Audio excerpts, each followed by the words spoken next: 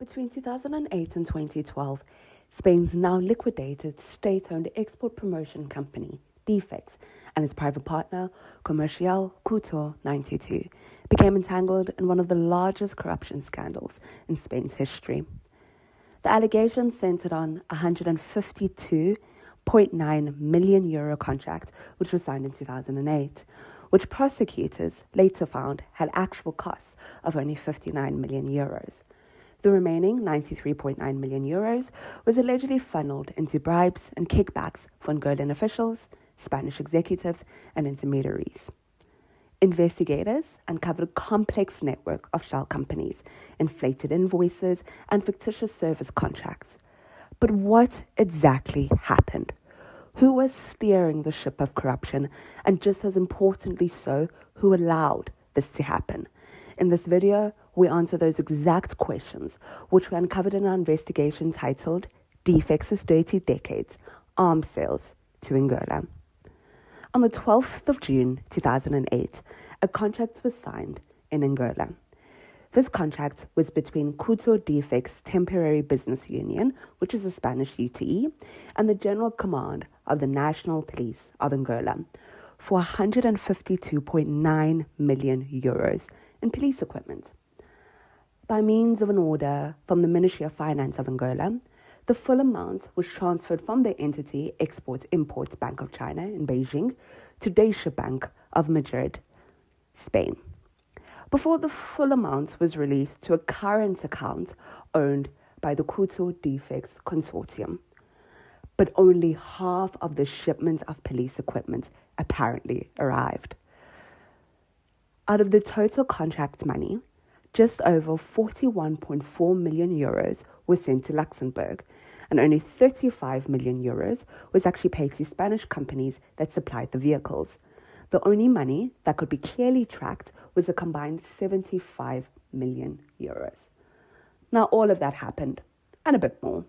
And in 2012, a Spanish investigation into the Angolan deal was triggered by a warning from Luxembourg authorities to Spain's anti-corruption prosecutors regarding a suspicious money transfer worth more than €41.4 million, revealing suspect operation in Egypt and several South American, Asian, and Gulf countries.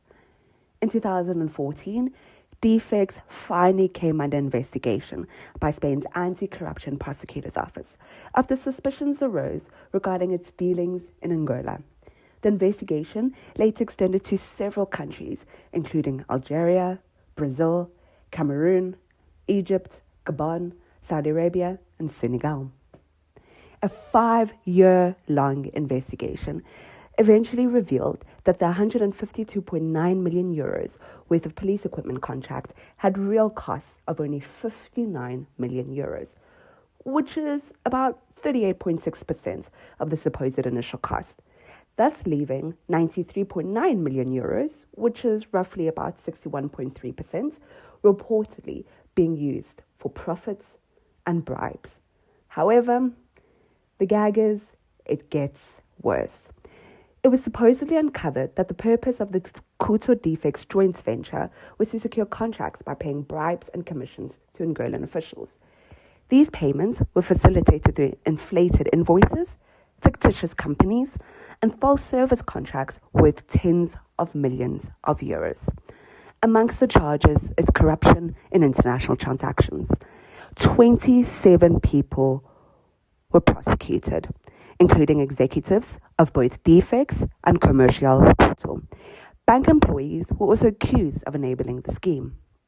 The judge spotlighted two key individuals, Paisa and Pinto, with Paisa being the lawyer and consultant who was responsible for implementing the strategy, designing and launching the entire corporate structure, and effectively identifying and managing a group of professional money launderers in Luxembourg and the overall supervision of the management of the company, with Pinto, who is a Portuguese citizen and a Defex representative who served as the liaison with Angolan authorities and the manager of all illicit payments to Angolan authorities and officials. After several legal back and forths, and at this current date, No final verdict has been issued for the Angolan edition in the Defex scandal series. The trial was expected in 2024, but remains pending still to this day.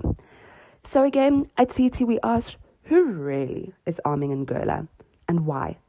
Catch our investigative deep dive on the Corruption Tracker. And while you're at us, give us a follow at Corruption Tracker on all social media platforms at Arms Trade CT.